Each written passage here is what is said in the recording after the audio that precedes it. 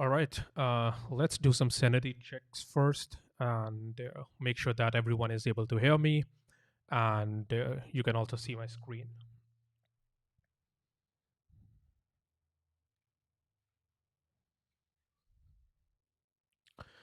Okay, there is one person watching right now.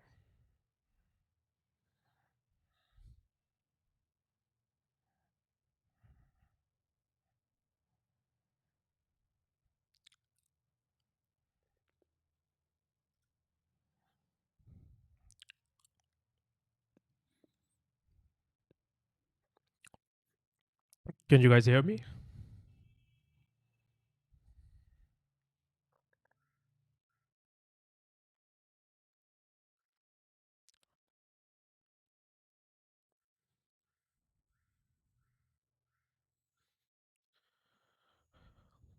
Hello, hi.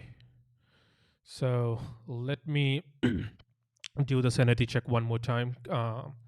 Can anyone confirm if you're able to hear me fine and can also see my screen right now?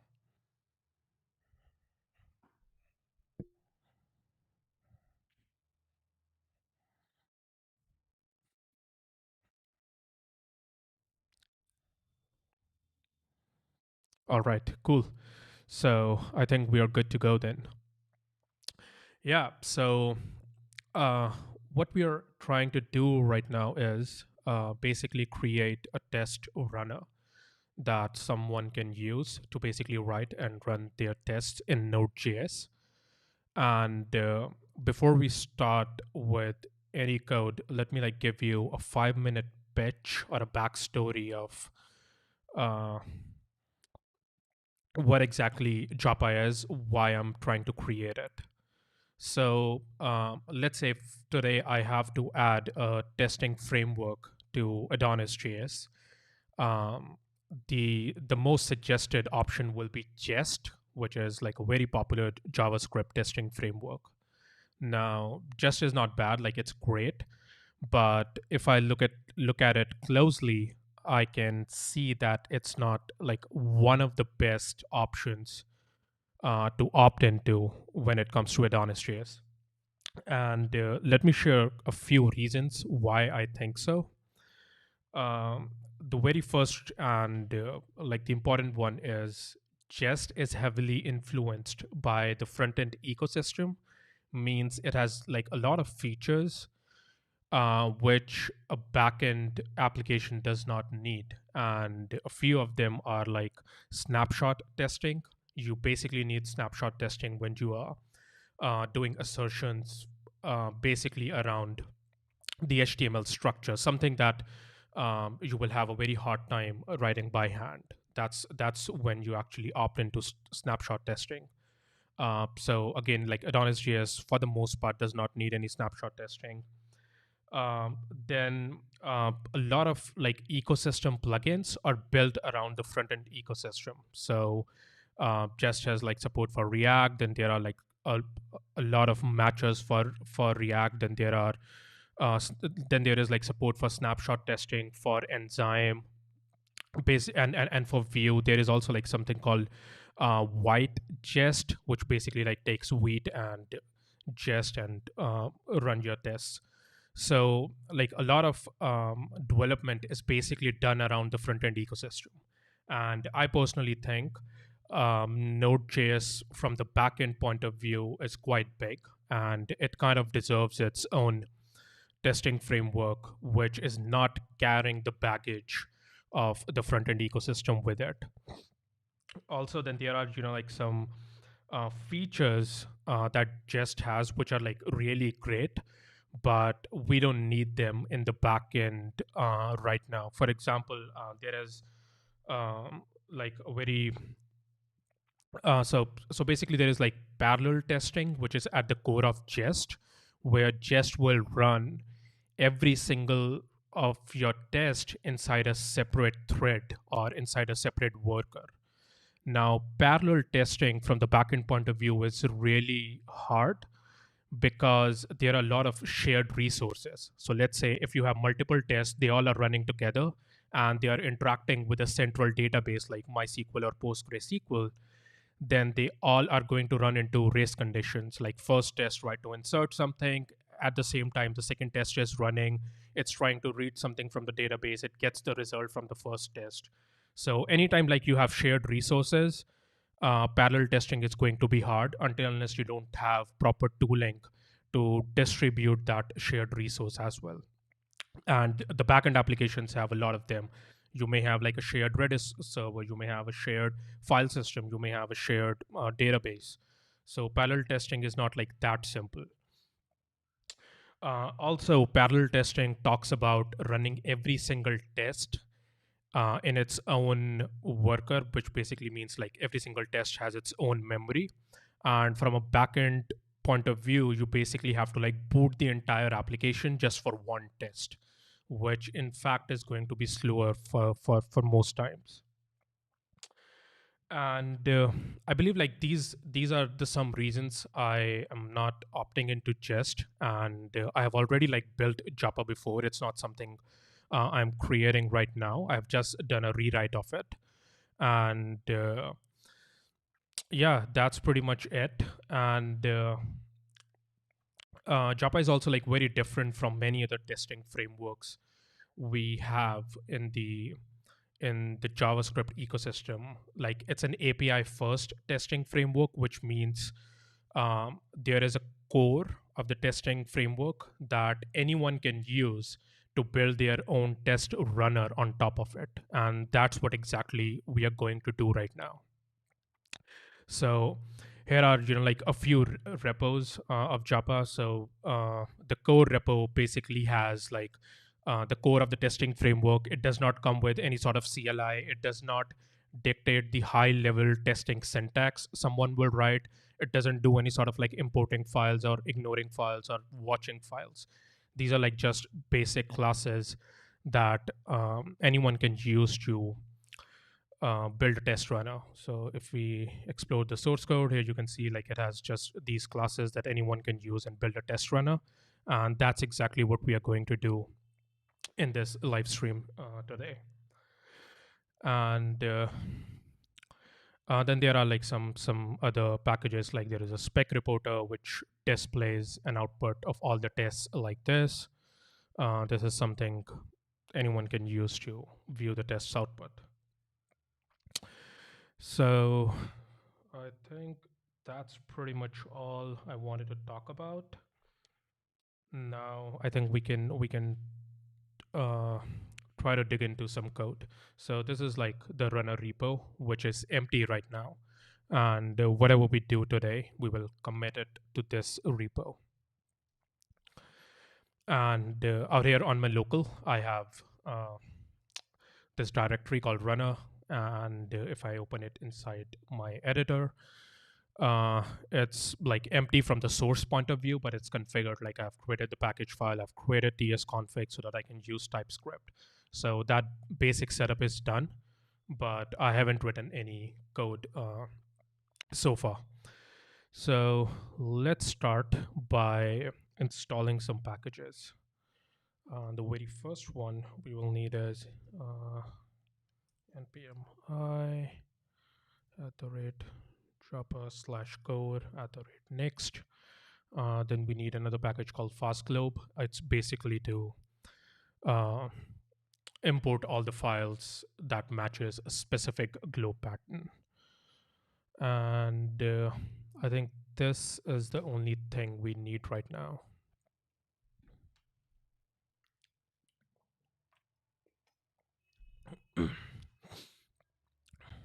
All right, that's done. And you know what? Even before like we write any code, let's go ahead and basically try out an API that we may want to use with this Japa run. So basically, like not writing any code, but writing the API first that I want others to use. So here I'm going to create a new project called test Japa, then cd into it, open it, and what I would like is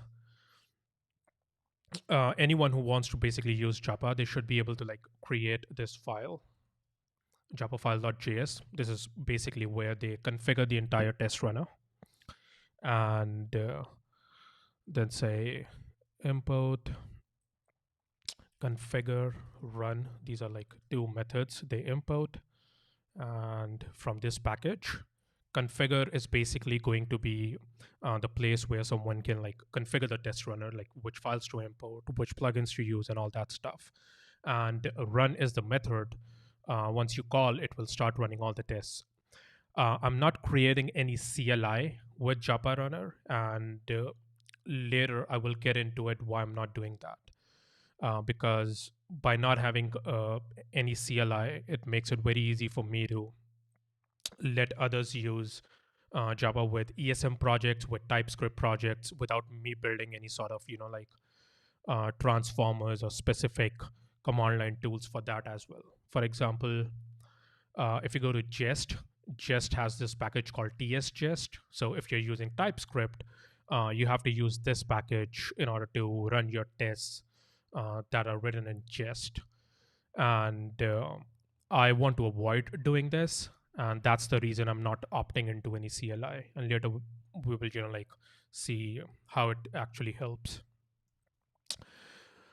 So here I would want someone to like give me an array of files that are, I would say, like globe patterns that someone wants me to scan and import and run the tests. So one can say test slash all dot spec dot js. Okay, then one should be able to like use plugins by saying plugins and basically provide an array of plugins they want to use. What else? I think these two are fine for now, but maybe later, like we can have an array of reporters that you want to use, and then maybe like you want to apply some filters, ignore these files, and run only the test with specific title and all that stuff. So maybe we can have like an object of filters, we can have reporters, we can have plugins. But the required one is basically this files array. So this is something I want someone to write in order to configure the test runner, and then basically call this method to run the tests. When it comes to the actual test, so let's say test slash example.spec.js.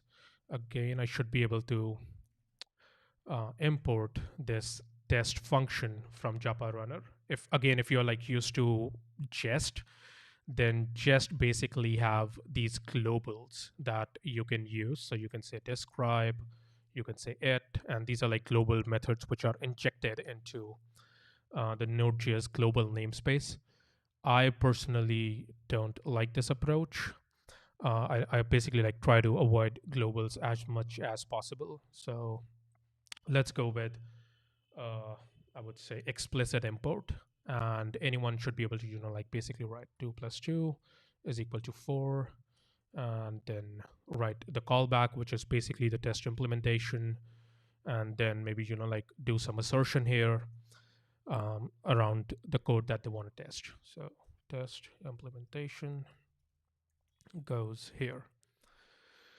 So what we need is we need these three methods. One is configure, the other one is run, and this test method as well. So let's switch the directories, and here I will create a new file,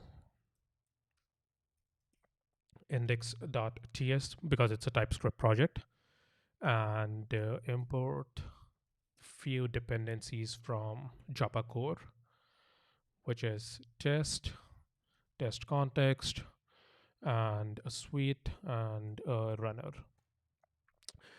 Let me actually open some documentation I have written. Yeah. So where's the overview? Okay, here it is.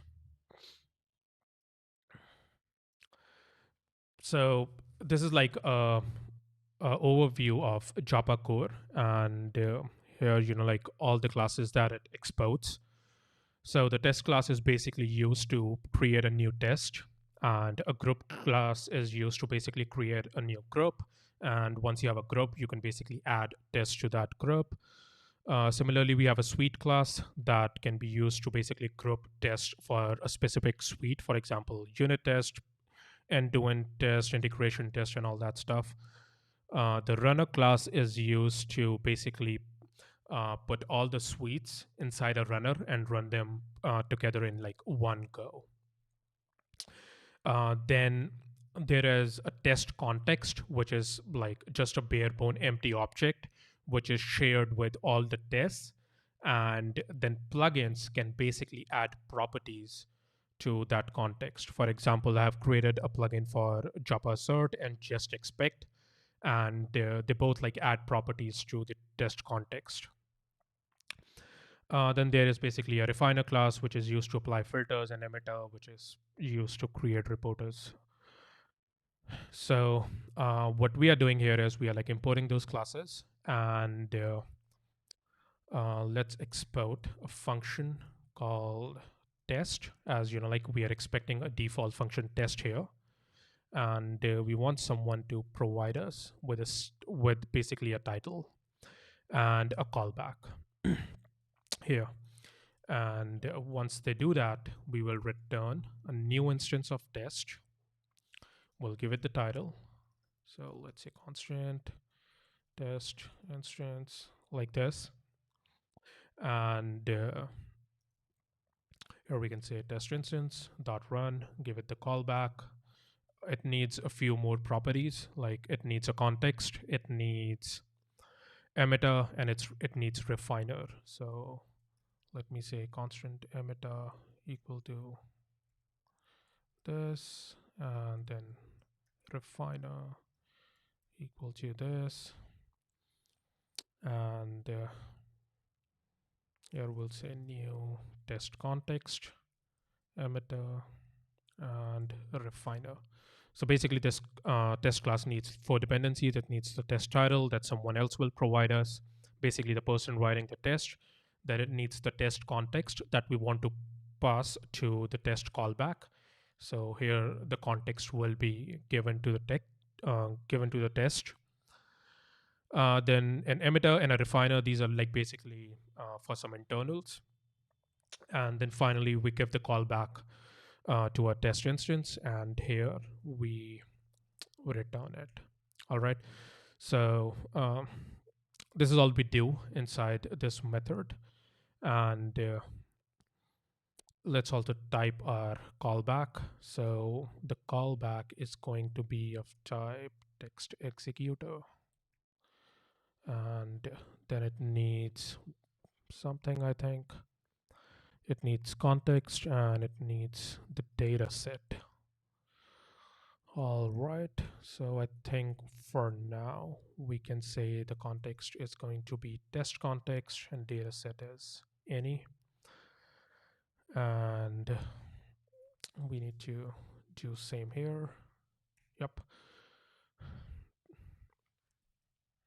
And from here we basically like return this test. Let's create our configure function as well. So we have a configure function which will take some options, and let's define configure options here. We'll say we need files. It's going to be an array of string. And then let's say we need plugins. It's going to be an array of something. I'm not sure right now, but that's the reason like I'm typing it to any, and it's optional. Then we will need filters, which is basically supported by core. So let's say filtering options. And these are again going to be optional. One more thing that we were expecting, reporters.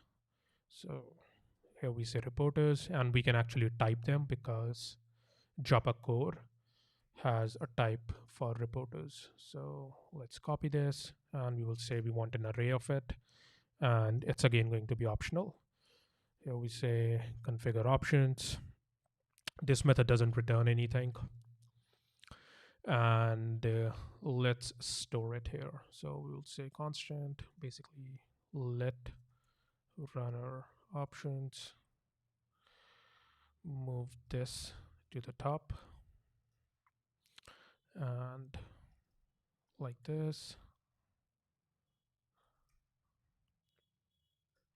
Okay, this are undefined.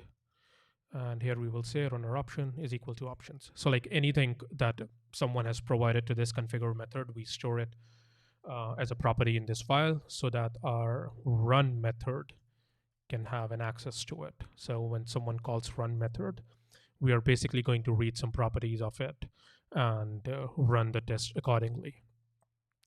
So the only property that I think we can get started with is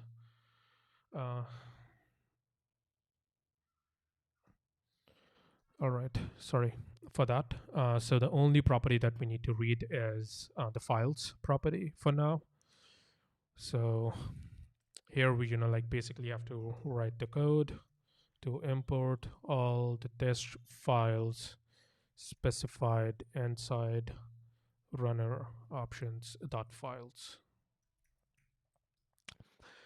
And for that, we are going to use this package called fast globe. So fast globe from this package, and let's open it in npm.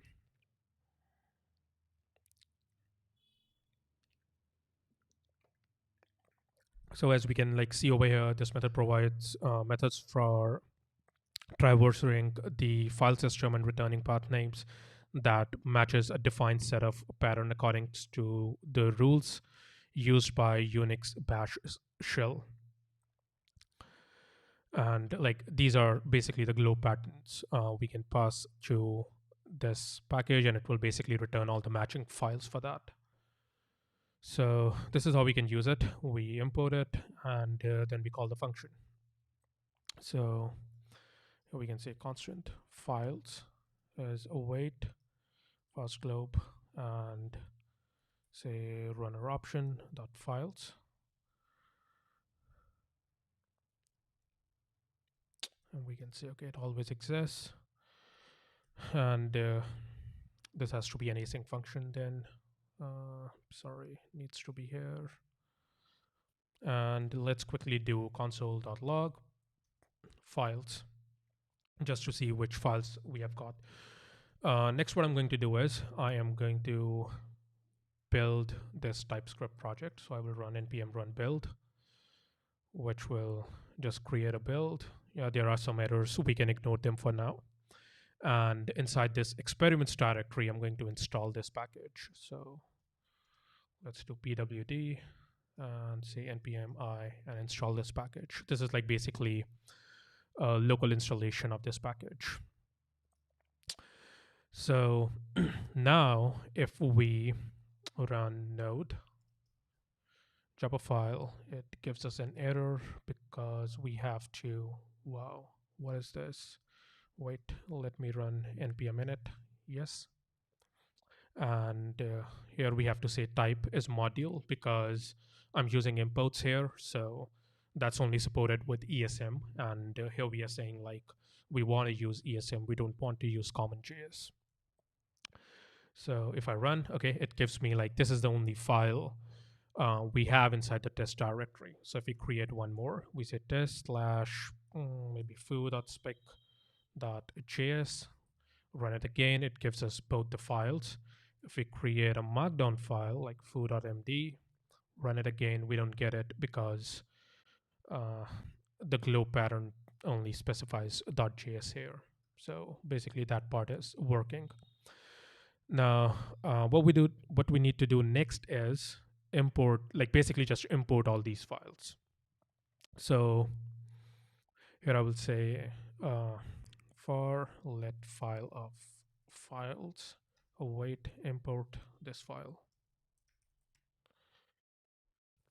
And I think let's go back. Yeah, so right now like we have relative file names. I think we will need the absolute ones. So do we have any option for it? So we have pattern. So yep, we have one called absolute true. So let's pass that one here. Now if you run it, Uh, okay, we have to build the project again. npm run build, go back, and it says instead change the require of example.js to a dynamic import. All right, I know what's happening. When TypeScript is like basically compiling our code, it's converting our import statement to require. And I think there is a way to fix that. Let me see if I can figure it out. So I go to compiler options, and if we say target to ES 2022, then recompile. It says ES 2022 is not supported. All right. How about ES 2021?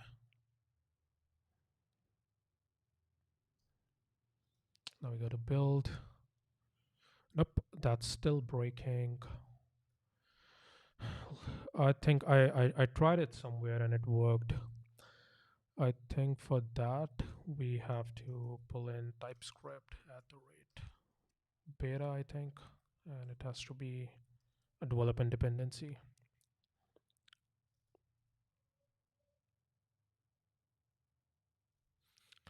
Now if we say ES next and try to build our code, what happens?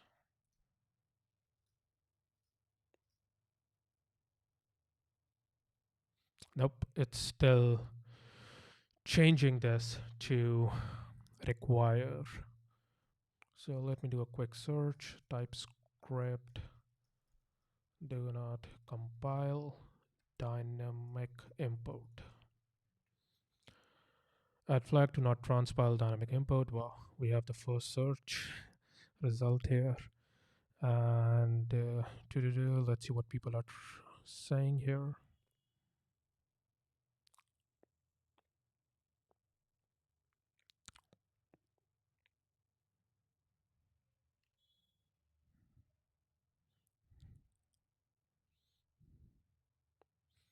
Okay, so if we say module is node 12, then I think it will work. So let's try that. I say node 12, and let's try to build it now.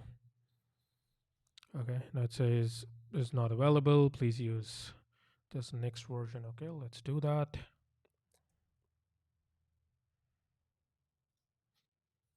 Yep, that is what I'm trying to do right now. All right, that goes fine. Let's see. Oh my goodness. It's still using require. I have no idea why that's the case. Let's change target to ES next and that to noon. Let's see if that fixes it. Nope. All right. I think we have to read more. Fixed by the addition of module node 12. Somehow not working.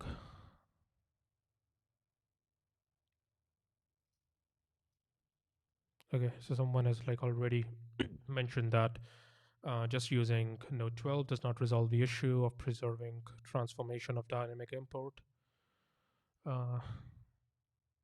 Wait, I think I fixed it in the older version of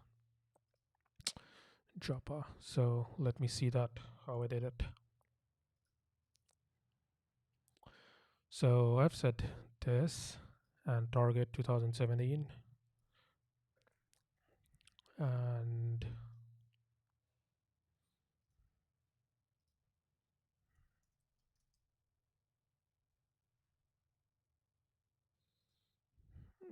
not here.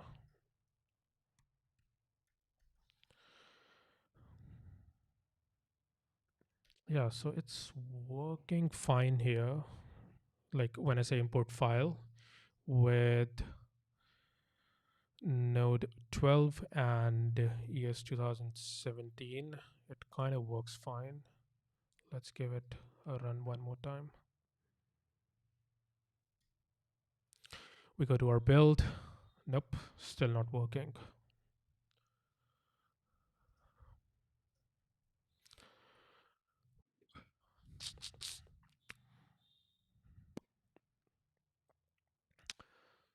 And I have no idea how come it's working here. So here we say import file, and it like works with the older version, and the tsconfig file has the same thing. Yeah, I have no freaking idea why that's the case. And if it doesn't work, then most probably I like switch to,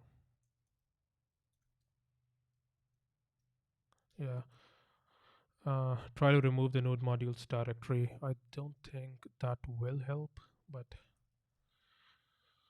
it's software, so anything is possible. Maybe they like broke something in this version of TypeScript. Let me just go back to the stable build. And now if I run npm run build, please work this time. Nope. All right. Let's not waste like too much time. I'm just going to switch this project to CJS, and that's basically like CommonJS for now. And later we will like look into how to fix this, and maybe like I'll just tweet about it. So yeah. And now if I like run, I think something is still using imports. Yeah. So this has to be constant equal to require this, and it says test is not a function, which is like a good place to start. So that means like the configure function is working fine, the run function is working fine as well. We are able to import this file, and out here we are getting the error that test is not a function, I think because it has to be like this. Yep. We like anytime TypeScript compiles the code, it puts like the default export to this default property, and that's the only way to like access it with CommonJS. But again, all these like inconsistencies will go once I'll figure out how to uh, make it work with uh, ESM imports.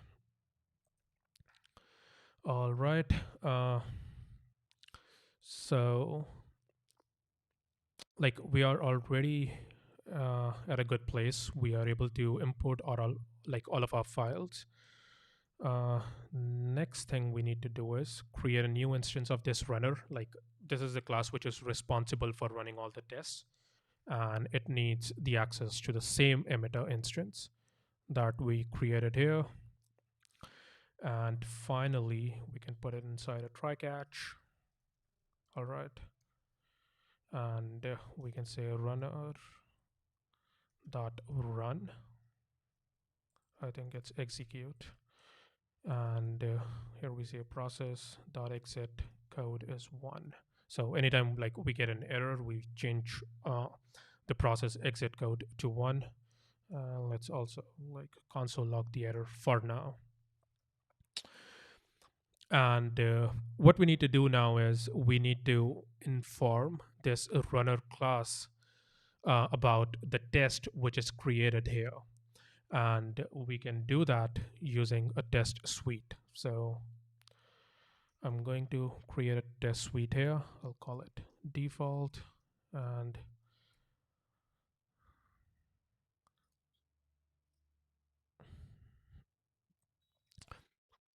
anytime like a test is created, we will inform the suite about it. And finally, we inform a runner about the suite. So here we'll say add a suite. So if we look at our flow now, we have a test suite, which is like going to have all the tests and all the groups. And every time we create a new test, We basically like create a new test instance. We inform the test suite about it, and we return it back to the user so that the person writing the test, they can like further configure it. And just before running our tests, we tell the runner about this suite so that it can basically run all the tests inside it. So let's do npm run build one more time. And if we run this file again, nothing happens. Let's write something here. So let's say console.log, I am in here. And as you can see, it's getting logged. That means this particular function is getting executed. But of course, like we are not able to see any progress of our tests.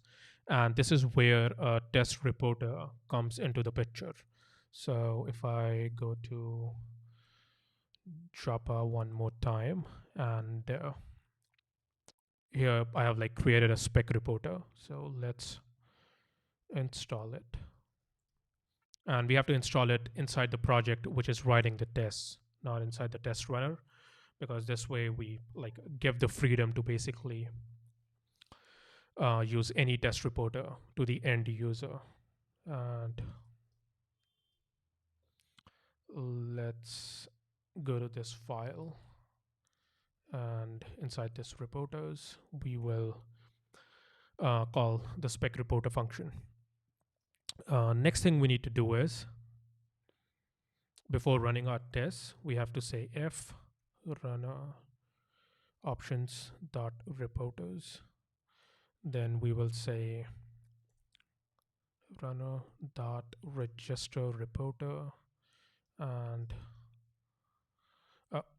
we have to like basically loop over them. So dot for each reporter, and we give it to our runner. So we basically like take it from the config file and we give it to the underlying runner class instance. Now if I, can you please hide the romance message? Yeah, I'm really sorry. Let me do that. Okay, done. And now if I try to run it, we again have some error. I don't know why.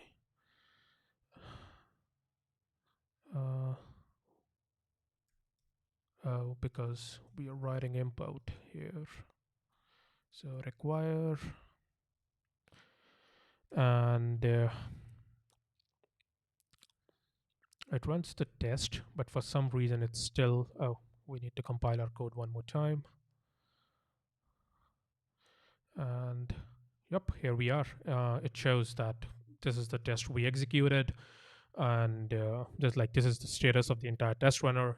These were like total number of tests. This one has passed, and the total duration. Now, whatever you see out here on this screen is the output of the test reporter, and you can create your own as well. Like I'm going to create a few more, but it's not like dependent on the core of Japa. It's something that you can decide how you want to see the output by using these reporters.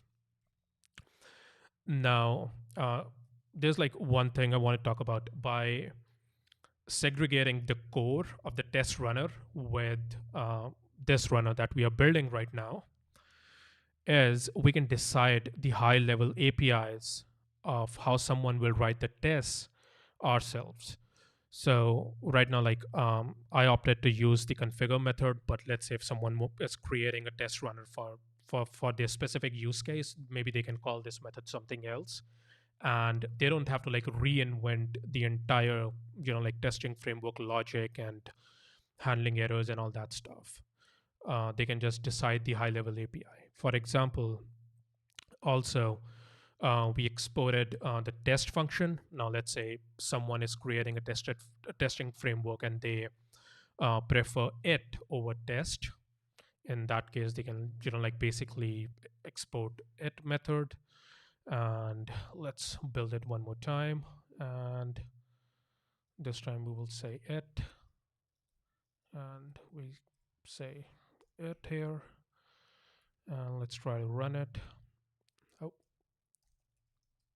and it still works fine. So basically core is like anyone can take, and they can build their own testing framework without like reinventing or building every single core piece from scratch. That's the reason I have like basically segregated the core from the runner, because like earlier, even when I thought, let's say I can use Jest, I was not able to tweak the high level API because it's like set into the place. So if I'm going to use Jest, then I have to use all of their APIs, or I cannot use Jest. All right, let's change this to test and test one more time. The next thing I would like to do is basically be able to group my tests. So I should be able to, like write test dot group, and let's say I call it maths, and group all these tests inside that specific group. So as you can see, like we have this group property on the test class. So we have to say test dot group. That's a function. It takes a title and takes a callback, and it will create a new group instance, which takes the title, which takes the emitter, which takes the definer class, and we pass the instance of a group to the callback so that you can like basically access the group here and do some specific things that you want to do to basically configure the group or configure all the tests within this group. And I think, yes, this is all we have to do. But now, when someone is creating this test, we have to add this test to this group that has been created, which means uh, we need a reference to it somewhere here. So we say group, or it's undefined. And here we can say active group is this. Once the callback is done, we reset it to undefined. And here we can say if there is an active group, we'll add the test to the active group. Otherwise, we add it to the suite directly. And now we have to add this group to the suite. So we can say suite dot add active group. I think this should work. Of course, let's give it string. It's a callback which will receive a group, and it doesn't have to return anything. Now group needs some generic, it needs the context. So we will say it gets the test context. I think this is pretty much all we have to do. We have this error somewhere. Okay. Now, if I rebuild the project and rerun our test, you can see like it shows, let's remove this console statement. It shows maths, which is like basically the group, and then it also shows the test which we executed. And if we do like a console log group, we basically get instance of the group class. It has a few methods on top of it that we can call to basically like configure all the tests within a group, stuff like that. For now, we can ignore it. We'll later like explore the group with hooks, basically. So I think it looks fine to me right now. I'm going to ignore plugins and filters for now. Maybe like we can do a live stream once I have some idea around how I want the API to work with. Oh yeah, one more thing we can try is using the assertion package. So if I come here and if I say npmi uh, Japa assert. That's like assertion package which is built on Chai.js, which is like a very popular and a very old assertion library. And here I can say assert equal to require Japa assert. And now what we want is basically share this assert with the test context. So if we come here and I do like console.log ctx, and here you can see like we have an instance of test context. And let's say if I add any property to it, so I say constant ctx, and I say ctx dot foo is equal to bar. TypeScript is complaining right now, but we can ignore it. And I run the build one more time. Here you can see like we have the test context and we have the property foobar inside it. So basically the entire idea of having the test context is that as you install new plugins, any of the plugins should be able to like add these properties to the context that gives you that basically like you can access within your tests. So what we want is uh, any package to basically extend and add properties to this class. So for that, we have to do one thing. We have to export our test context from here.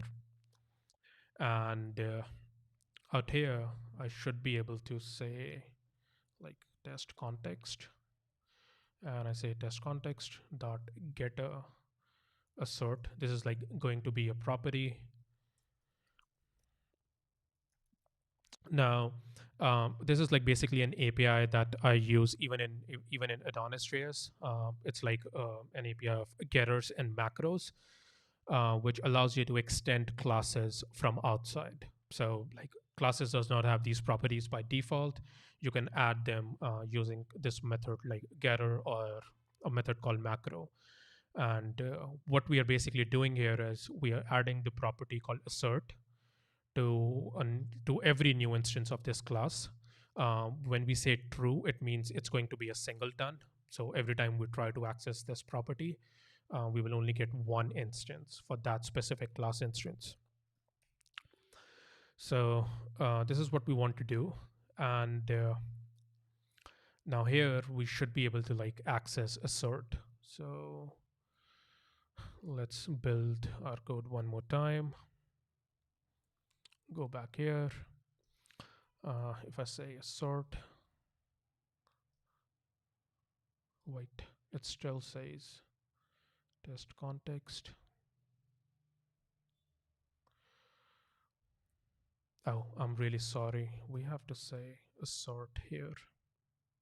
Yep, now we basically have access to this assertion package, which means I can get here and I can say basically destruct assert and say assert dot deep equal id1 to id1. I run again, the test passes. If I change it, it basically fails and it tells me like a def and the specific line where exactly that assertion failed. So it says example.spec.js, line number 5. That's exactly where it's failing right now. So basically, the idea was to show you that there is a test context that basically anyone can extend. Right now, we have this a little bit verbose API, but later, once I will introduce plugins, we will be able to like use it something like this. So you use the assert plugin, and that plugin basically like does all the heavy lifting of adding getters or anything it wants behind the scenes. So that's basically how the testing context will work. All right, so we have a test function, we have a test group, we have configure, we have run, we are able to like run the code. Yeah, there is another important thing that I want to talk about. So if I run my test one more time, so it shows that the test has failed, but the exit code for this specific command is not an error code. So the green indicator that you see over here shows that when this command actually got completed, it completed successfully, not with an error.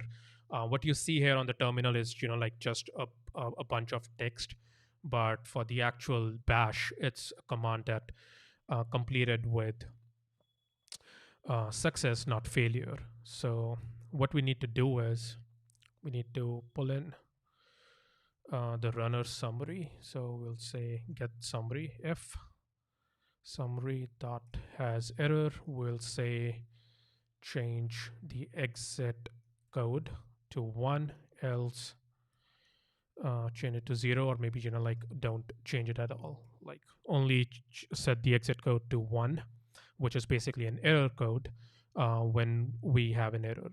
So if I build the code one more time, come here, this time you see the red indicator, which basically telling bash that this command exited with an error code, not success, because we have an error. And if I fix my assertion, we get back green. So like this is like really important. Bash should know whether the command exited with an error or success.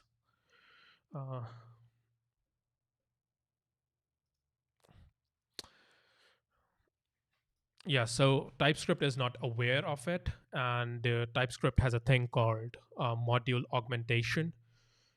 So we don't have like this as a TypeScript project right now, but if it was a TypeScript project, then we have to like write a bit of more code, something like declare module Japa runner, and then we have to say like interface test context and say assert is of type assert, like this. That's how like you can inform TypeScript about it. It's a documented way of doing it. So if we, let's say, search for module augmentation TypeScript, and here we come. Yeah, so they like show you an example with a local class. So you have a file called observable.ts, which exports this class. Somewhere else, you are adding a new method to it, like this. So then you basically redeclare the module name, and you use the same class name, but this time you define it as an interface and your actual method. Then basically the TypeScript static compiler knows about it. And once you compile your code, all of this is like removed. It's just for the TypeScript compiler. So uh, this is a documented way. There has to be like two pieces of code. One is when you run at, like when you extend at runtime. The other one is when you tell the compiler about it. So that's how you can basically do it. And again, like Japa runner is not final, like there is no documentation out, but once I will complete it, once there will be documentation, I will write about all this stuff within the docs. All right, so if we look at it, we have a fairly simple and a basic test runner running right now. It's able to run our test, it's able to group our tests, it's able to give us, like the test progress on the terminal, tell us the status of code and all that basic stuff that you would need from a testing framework. What I'm going to do now is I will start talking about specific features, which I think are a little bit different in Japa in comparison to other testing frameworks, maybe let's say Jest.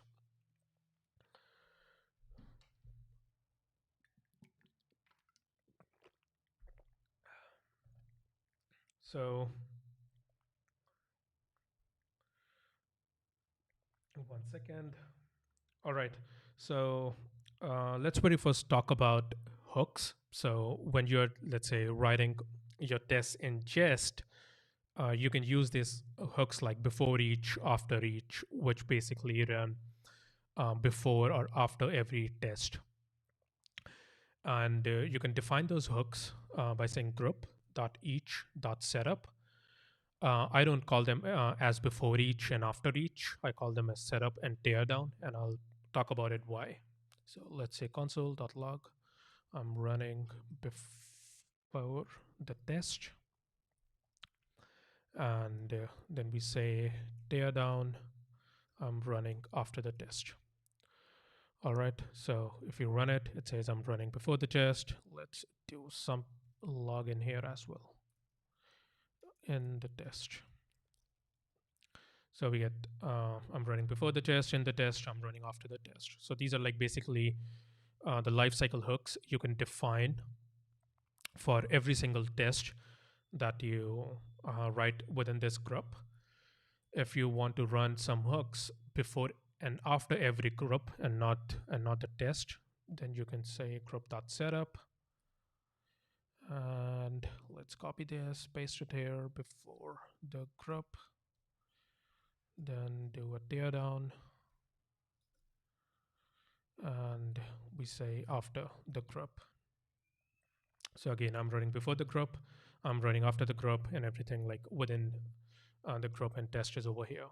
So this is how you can basically define the lifecycle hooks. But there is something important that I want to talk about.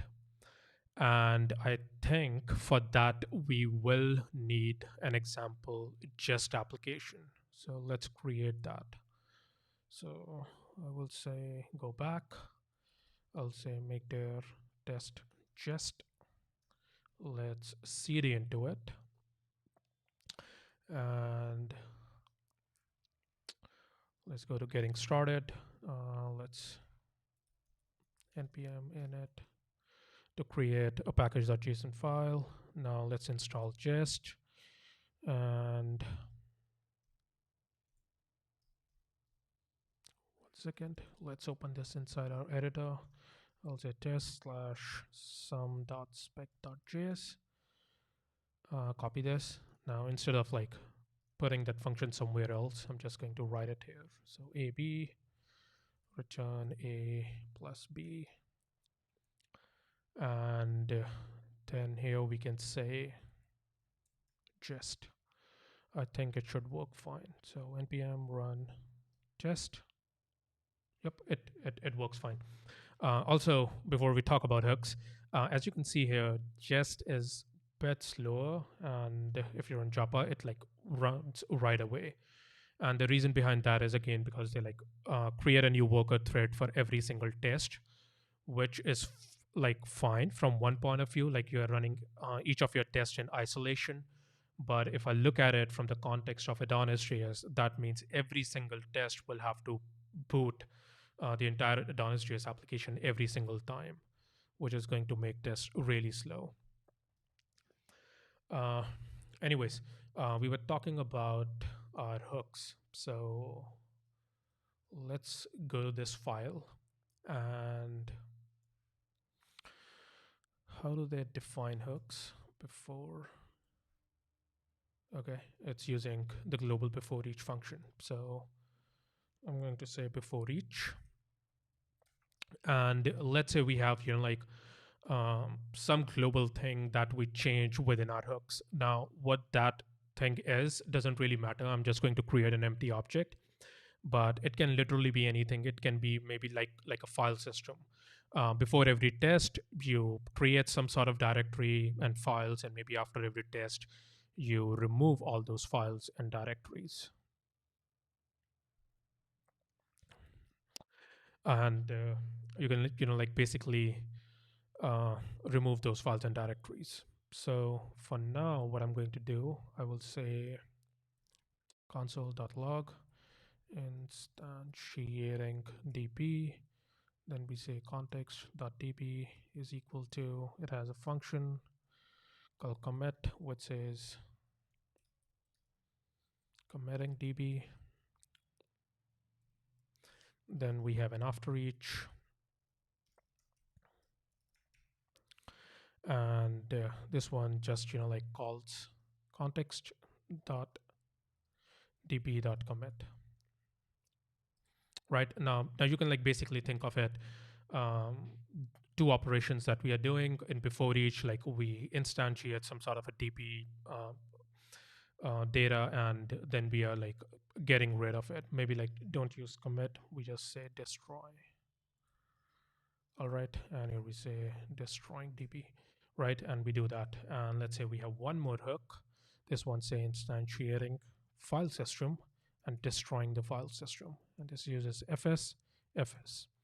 So basically we have like two lifecycle hooks. One is to manage something within the database, the other one is to manage something on the file system. And again, as we are, like in before each going to create that thing, and after each we are going to get rid of it. Now let's say our test raises an exception. So instead of saying to be 3, I'll say to be 4, and we run it. It gets an exception, and as we can see here, Jest does a good job in cleaning up everything. So it calls both of our before each hooks, and it calls both of our after each hooks. So when our test ends, our system will be in a stable state. But let's say the test does not fail. This time the before each hook fails. So let me create a function here called raise that says throw new error, something bad happened. Now this time, like something happens, we are not able to, like interact with the file system, whatever happens. And now if we run a test, it says it's instantiating the DB, which is like the right thing to do. Then it has also destroyed the DB, which is again right thing to do. It was not able to instantiate FS because we already like got an error before it. However, we also have an error which says cannot read properties undefined reading destroy. So basically it's running this after each hook. And of course, this after each hook relies on this FS property, which we were never able to define. So Jest is not doing anything wrong here because it has no idea that these two hooks are together. Like it's basically meant to be run together because these are like two independent functions. So it has like no way to figure out, okay, if I'm not able to run this, then I'm not going to run this either. Like there's no way to make that connection. Whereas with Japa, I have approached it a bit differently. So let's move this here on the top and let's copy everything. And here we go. I'm going to move this function raise out here on the top. Then we have like this context. I'm going to change before each with group.each.setup, and after each with group.each.teardown, I think, and get rid of these two.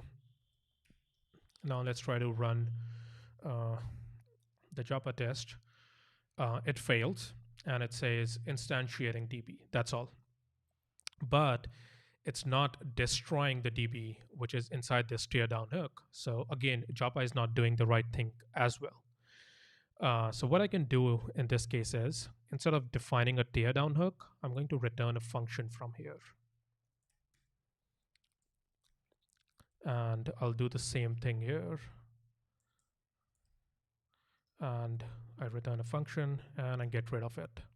So if you run a test, it says instantiating DB, destroying DB, because this setup call was never, like finished successfully. It never executed this function as well. So what we are doing is instead of writing these basically like instantiating DB and destroying it as two separate functions, we are making it one logical block.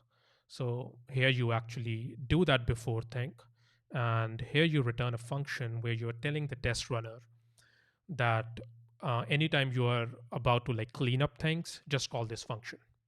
So that means if the before each or setup hook in the case of Japa is not able to run, the cleanup function will not run because they are like one logical block.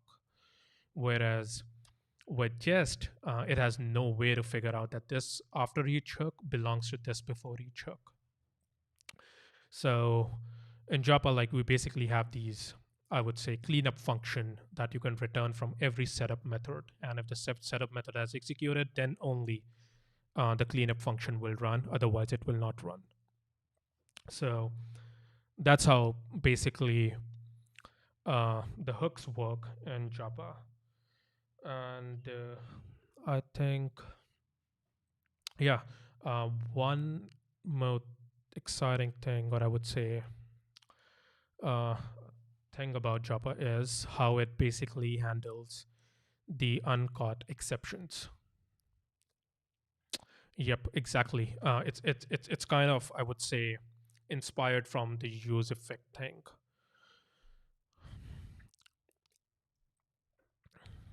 Uh, First, again, like I'm going to go to Jest and I'm going to write a set timeout, and I will say like wait for 1 millisecond. Time does not matter here, and I think Jest has some callback style Jest as well. Yep, they have this done method. So I said done. Here I say done, new error, failed within timeout. All right. And if I run just one more time, let's get rid of these.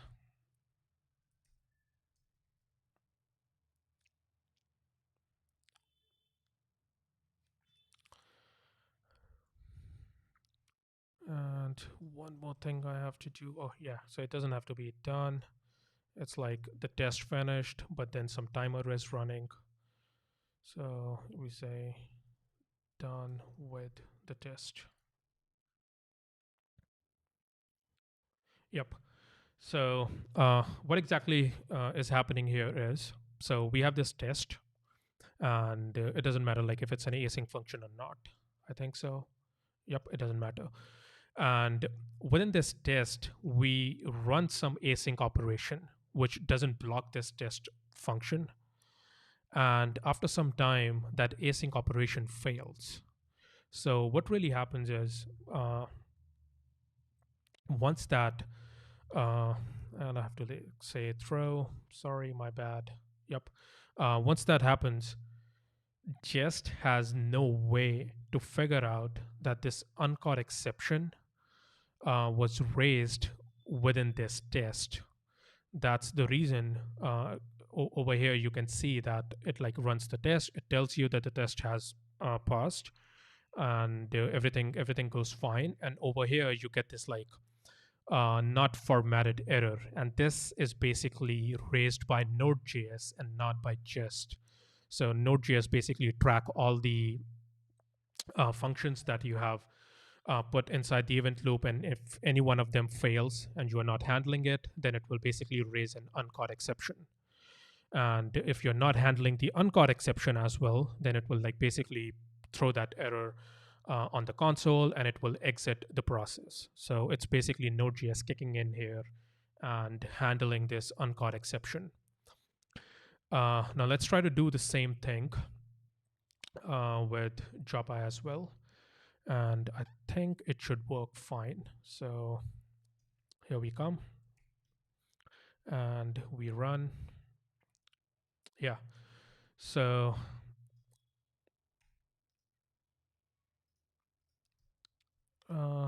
let's comment all this. Yeah. And we have to do one more thing. We have to tell our runner to manage unhandled exceptions. Let's rebuild the project. And if I run it, it goes fine, but okay, it has to be before we run the tests. Yep. All right. So this time the test suite fails, and we have like this new counter which says there were like one uncaught exception. Again, the error is again properly formatted. It tells you where exactly that exception happened, but it still marks that test as passed because there is no practical possible way for Japa or any other Node.js program to link uncaught exceptions to some kind of, I would say, logical piece of code. So there's no way for me to figure out that, all right, this timeout was created within this test, and hence this error was raised in this test. So that's the reason the test will still be marked as passed. The same thing was like happening with jest. The test is marked as passed, but this time instead of marking the entire test suite as passed as well, we are able to mark it as failed, and we also give you an indication that there was like one uncaught exception. So something that you should, like be aware of, and you should fix your code to make sure it does not have any sort of uncaught exceptions. This is like basically happening because of some bad programming or not doing things in the right way. So Japa will like basically tell you that, and it also pretty prints the error as well. So uh, that's one. I think that's like something I improved over any other testing framework that I've tried so far. Uh, One more thing I think we can talk about is the data sets. So I'm not sure if Jest has data sets. Dataset, I think it's just.each. Yeah, just each, I think, is the one.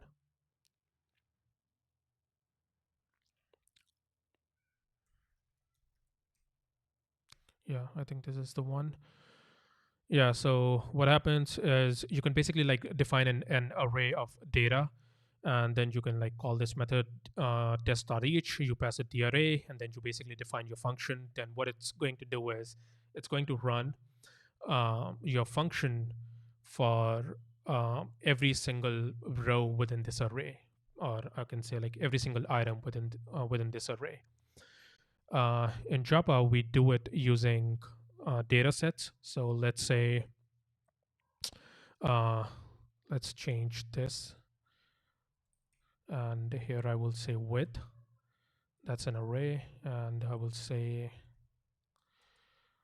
inputs 2, and I expect the output to be 4. Just copy it for a couple of times. We say 2, 8. This is going to be 10. Then we say 6, 2, and this is going to be 8. So this is like basically some piece of data that you want to pass to your test, and then basically you want to run it for every single item in this test. And here you can like basically access these objects. So I'm going to say inputs and output, and here I can say assert dot equal inputs output. All right, and I think we can run it now. It should work. Nope, it's failing. Expected number but received array. Okay, my bad. We have to create a function which take these inputs. So I'm going to create a sum function, a b, return a plus b. All right, they all work fine. Now, like they all even like look similar. We don't know that we have used dataset over here. Or maybe like some bug in the test runner that's running the same test for 3 times. And of course, like the title is even wrong. It's not doing 2 plus 2 every time. What you can do is you can use this micro templating syntax. It's not like really advanced, but it allows you to access the values from the test object and use them within the test title. So here I'm going to say dataset dot row dot inputs should equal dataset dot row dot output, adding something like this. Now if you run it, it says adding to 2 should equal 4, adding to 8 should equal 10, adding 6 2 equal 8. And like if you want things to be even more cleaner, maybe you can like have a title property here and just write the title by hand and access the title like this. Dataset dot row dot title, right? You can do that as well. But again, this is like one of the features that you can define a data set, and then you can also make your titles descriptive to use values from this data set. And also, this data set can be a function, like it can be an async function that returns the values. So you like don't only have to hard code the values, you can even grab them from somewhere. So if I run it again, yep, it works fine. So that's how basically data sets work. And what else can we talk about? Like, is there any specific thing that you guys want me to talk about? Because I think we have covered a lot. We are like able to create this test runner just by creating one index.ts file. Like it's not pretty right now, but I will clean it up. And we are able to basically write tests. We are able to group them. We have testing hooks. We are able to use data sets. And yeah, one more thing that Japa has is pinning tests. So here, let's say foo should equal foo, right? Just writing a dummy test. And here I can say assert dot equal foo, remove this data set. If you run it one more time, should equal foo, and foo here. Yep, it works fine. Now let's say if I only want to run this specific test, I can pin it. So I can say test.pin. And now it will only run this test and not the other one. Now, a lot of testing frameworks use the keyword only. So you may see like test.only. I think that is what Jest uses as well. Test.only. Yep. So you create these functions by saying test.only. I would say on purpose not used only and went with pin because I think only is a bit of unclear. So when you say test.only, does it mean only this test? Or if like multiple tests are using test.only, does it mean all the tests which are using only? Or does it mean like the first test that is using only or the last test that is using only? So I think only is not that clear. That's what I think. Pin is more clear. Like you're pinning this test and you can pin multiple tests and only the pin test will run then. So again, the behavior is same.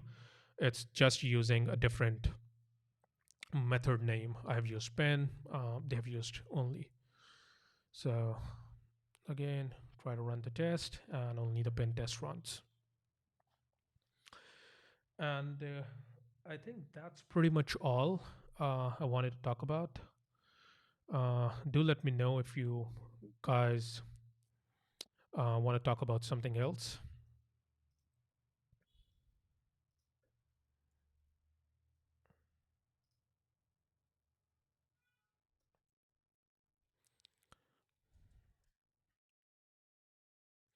All right. I don't think there is anything else. Maybe we can see if we can convert this project to. I wonder how were you able to handle the uncaught exception and display where they happen. Does add a global try catch? No, it does not add any global try catch. So let me actually like show you the code itself. So if you go to source and next branch and within the runner, when you say manage handled unhandled exceptions, then we basically like drop process.on uncaught exception event listener that basically collects all the uncaught exceptions and emit them using the emitter, which any uh, Japa reporter can listen for and display the errors properly. So it's basically like just dropping in this process dot on uncaught exception handler, and Node.js basically emits this event. So that's how I'm doing it. Now let's see if we can basically convert this project to a TypeScript project and then still like run our tests. So I'm going to say npm id TypeScript. Build a series on building social network using Adonis with unpoly with real-time functionality. Okay, going to be a really big project, so I'm not sure when I can pick it up. But yeah, I would love to like build some sort of a more real-world project using Adonis. And let's say node modules dot bin gsc init. It basically like creates this TypeScript config file, and it's heavily commented, so I'm just going to remove everything and put quotes around everything like this, and then this and this. Let's change it to 2020 and format it. Let's add a few things. We want to include all the files. We want to exclude node modules and our build folder, and tell TypeScript to build everything within the build folder. I think that's pretty much all we need. Now let's change this to TS. Since we are using TypeScript, we can move back to imports from. All right, and we can change this file to be TS as well. Just remove this empty file, and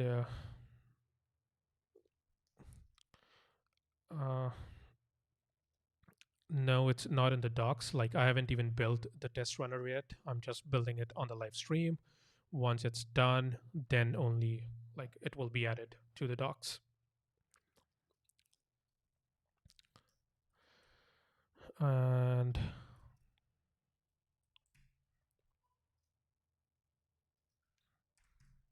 why is it not formatting the files for me? Here we have some sort of a TypeScript error. What does it say? Void is not assignable to context value any. All right. Yeah, I think I have to change a few things here. Instead of saying any, it will be undefined. And I think it will be undefined here as well. Let's do npm run build one more time. Okay, we don't have any error now. And as you can see, like now we have this assertion error because TypeScript doesn't know about this specific property. We will fix it. And we'll also like fix this error, but let's ignore it for now. This has to be a number, and then we return a number. So this is how actually a test looks like. Now let's see how we can actually run a TypeScript code without even like compiling it to JavaScript. Now, this is one of the reasons I haven't created the CLI, because it's quite easy to do it if you don't hide the execution of test behind CLI, which basically runs the test inside a subprocess. It's quite easy. Like if you have to do it in jest, you have to use ts jest. But since we are not using any CLI, we can do it quite easily. So we can use this package called sno. Is it? Yeah, okay, is it? It's esbuild register. And what you can do is basically you can run your TypeScript code without compiling it by using this package. So what we really need to do is We don't have to change anything. We don't have to like build a new package that has its own new CLI. We can just say node r require this package and then run our Japa file. It works fine, but now it's not like able to uh, pull the test because we are using the wrong extension. And now it run the test fine, and we are using TypeScript all the way. Literally, we don't have to like uh, build something just to run TypeScript. And that's the beauty of not using any CLI and just sticking to the standard node command line. We just have to basically like run our test as a file. Uh, right now, we are now a couple of things to talk about. First is how to solve this assertion error. The other one is how to solve this input output error. So I'm going to create a new file called contracts slash. It can be anywhere. I basically try to keep all my TypeScript types inside a directory called contracts, but you can keep it anywhere. And what we are going to do is we'll say declare module Japa runner. We'll say interface test context. It has an assert property which relies on this assert package. And if we come here, we don't have any assert error, plus we have IntelliSense as well. And in case if you have joined late, I have already talked about this. This is a TypeScript specific way to extend classes at runtime, and it's known as module augmentation. You can read about it. So we are able to solve that issue. And for this one, let me get rid of this callback and put it here. So I'll say run and put the callback here. And if you will see, we have like an IntelliSense which says inputs is a number and output is a number as well. So what's really happening is when we put the callback first, TypeScript has no way to figure out what these arguments are going to be. However, Japa also has an alternative way to define the test callback, that is by calling this run method. So what we can do is we can put our data set first, and then we put this run method, and now TypeScript can basically figure out, okay, like this with method, which is called before this method, is going to return these values, and we are like able to infer what these inputs and output is going to be.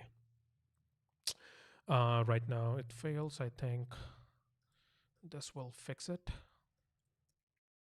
No. It's basically failing because our sum method takes only 2 parameters, but as per TypeScript, inputs is an array of numbers, so there can be like more than 2 values. How we can fix it is by saying values, which is an array of number, and we just like sum them. That's like one way to do it. The other way is to be more specific about what we are returning from here. So we can say inputs. It's going to be a tuple of number, then the output is going to be a number, and it's going to be an array of it. And we don't get any error now.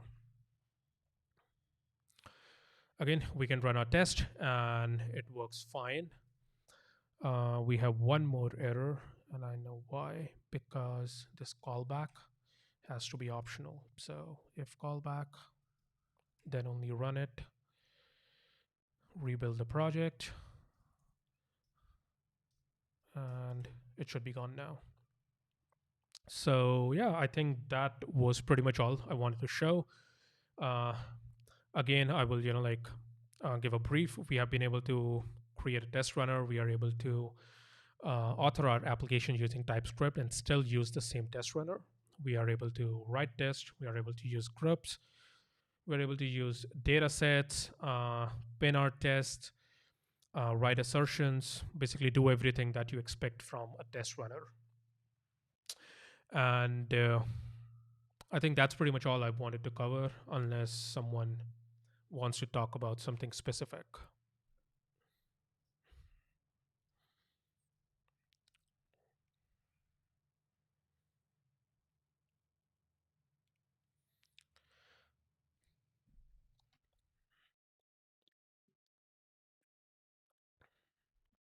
All right.